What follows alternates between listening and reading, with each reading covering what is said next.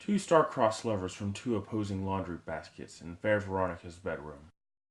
The Montagues. And the Capulets. It was love at first sight. You know she's a Capulet, right? Dagnabbit. Romeo, Romeo, Romeo, Romeo! Yes? Oh, hey! Our families hate each other, and we just met, and you're only 13, but would you like to get married? Sure. Friar Lawrence, would you marry us? Cool. Dagnabbit. Now you stay in that laundry basket till I tell you to come out. I need a nap. Dagnabbit.